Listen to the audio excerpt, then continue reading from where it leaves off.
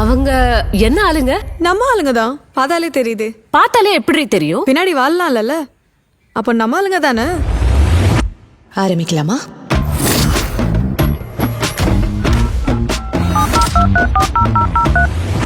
Hello. யோ, யாரியா நீ? விஜயகாந்த் ஜெயந்தி அம்மா கால் பண்ணி வெறுப்பேத்திட்டு இருக்க. போன வையா.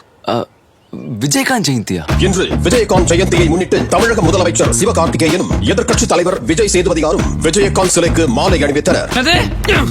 டேய், நான் எவ்வளவு முக்கியமா பேசிட்டு இருக்கேன், நீ தூங்கிட்டு இருக்க? சாரி மச்சான், எனக்கு கதை பிடிக்கலன்னா நான் தூங்கிடுவேன்டா.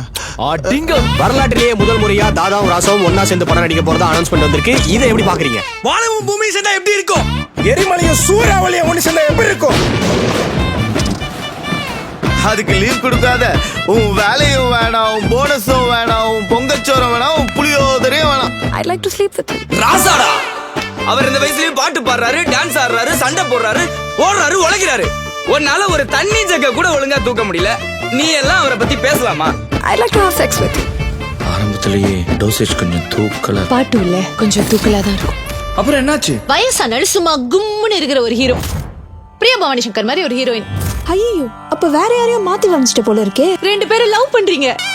ஒருவேளை நீ ஆசைப்படுற மாதிரி ட்ரூ லவ் இருக்குமோ? மயிறு ட்ரூ லவ். அவளுக்கு என்னையும் பிடிச்சிருக்கா, உன்னியர் பையனும் பிடிச்சிருக்கான். 3 பேர் சேர்ந்து லிவிங் டுகெதர்ல இருக்கலாமான்னு கேக்குறான். பொம்பளை பிள்ளையாருன்னு அப்ப விரல் நீட்டினா விரல் காட்டுற திசையை பார்க்கும். உனக்கு டிங்க் ஓகேவா? டிங்கா அப்படினா?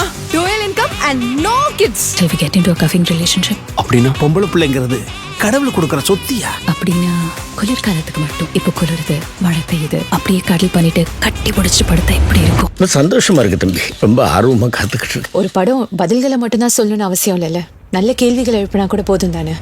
2026 எலெக்ஷன்ல தளபதி ஜெயிச்சாரா இல்லையா? நாங்க மட்டும் இல்ல, கோடிக்கணக்கான பேர் இந்த ஒரு முடிவுக்காக தான் காத்துட்டு இருக்காங்க. 2050லயும் தோனி ரிட்டையர் ஆகலையா? ஏய், யாரா இவங்க? கவர்மெண்ட் என்ன பண்ணணுமோ பண்ணிக்கிட்டு தான் இருக்காங்க.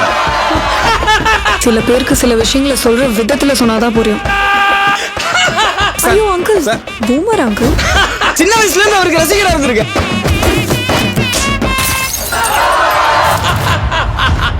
கொன்னிட வேண்டியதுதான்.